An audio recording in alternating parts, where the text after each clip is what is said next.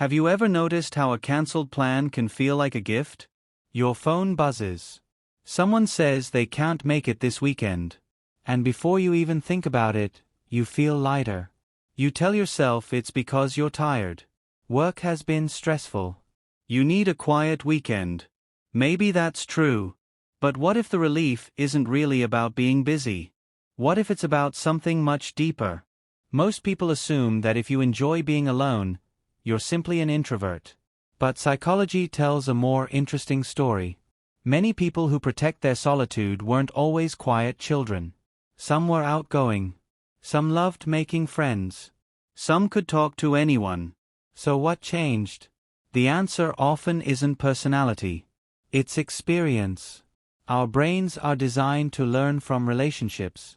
As children, we discover whether asking for comfort feels safe.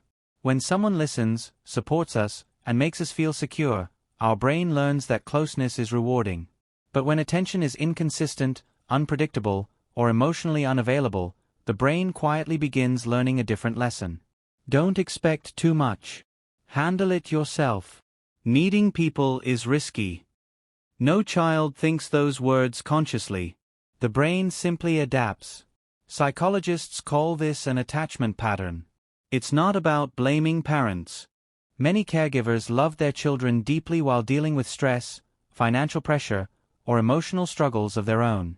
The child simply learns from what happens repeatedly. Years later, that lesson is still running. You become the person everyone describes as independent. You solve problems alone. You rarely ask for help. People admire your strength. But what they don't see is how difficult receiving support can feel. The first sign is that emotional closeness feels surprisingly uncomfortable. You enjoy talking with people. You like friendships. But the moment someone wants to know the real you, something inside tells you to step back. You reply slower. You become busier. You create distance without fully understanding why. The second sign is that you're always the helper. Friends call you when life falls apart. You're dependable. You know exactly what to say. Yet when you're struggling, you tell almost no one. You convince yourself you'll deal with it later. Or that your problems aren't important enough. Helping others feels natural. Being helped feels unfamiliar. The third sign is that independence has become part of your identity. You take pride in handling everything yourself. Even when life becomes overwhelming, asking for assistance feels harder than carrying the burden alone. From the outside, it looks like confidence. Inside, it may simply be a habit your brain learned years ago. And here's the surprising part. Real independence doesn't mean never needing people. Healthy independence means knowing when to stand alone, and when it's okay to let someone stand beside you. The fourth sign is that you often mistake peace for distance. When someone genuinely cares about you, checks in consistently, or wants to spend more time together, you may unexpectedly feel the urge to pull away. Not because they're doing something wrong, but because emotional closeness can feel unfamiliar.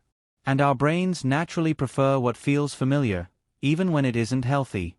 The fifth sign is that you often feel emotionally safer when you're alone. A quiet evening at home feels predictable. There are no expectations. No difficult conversations. No fear of disappointing anyone. Solitude becomes more than a preference. It becomes a place where your nervous system finally relaxes.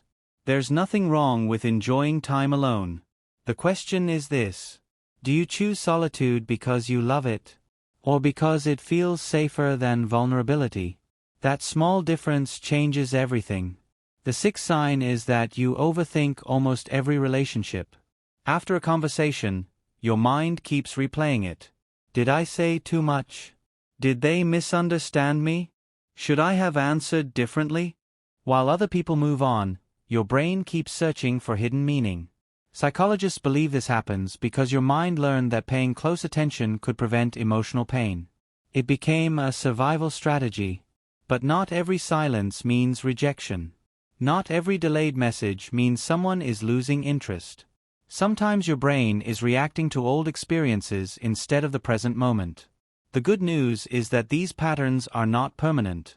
The brain is incredibly adaptable. Just as it learned these protective habits over time, it can also learn healthier ones through new experiences.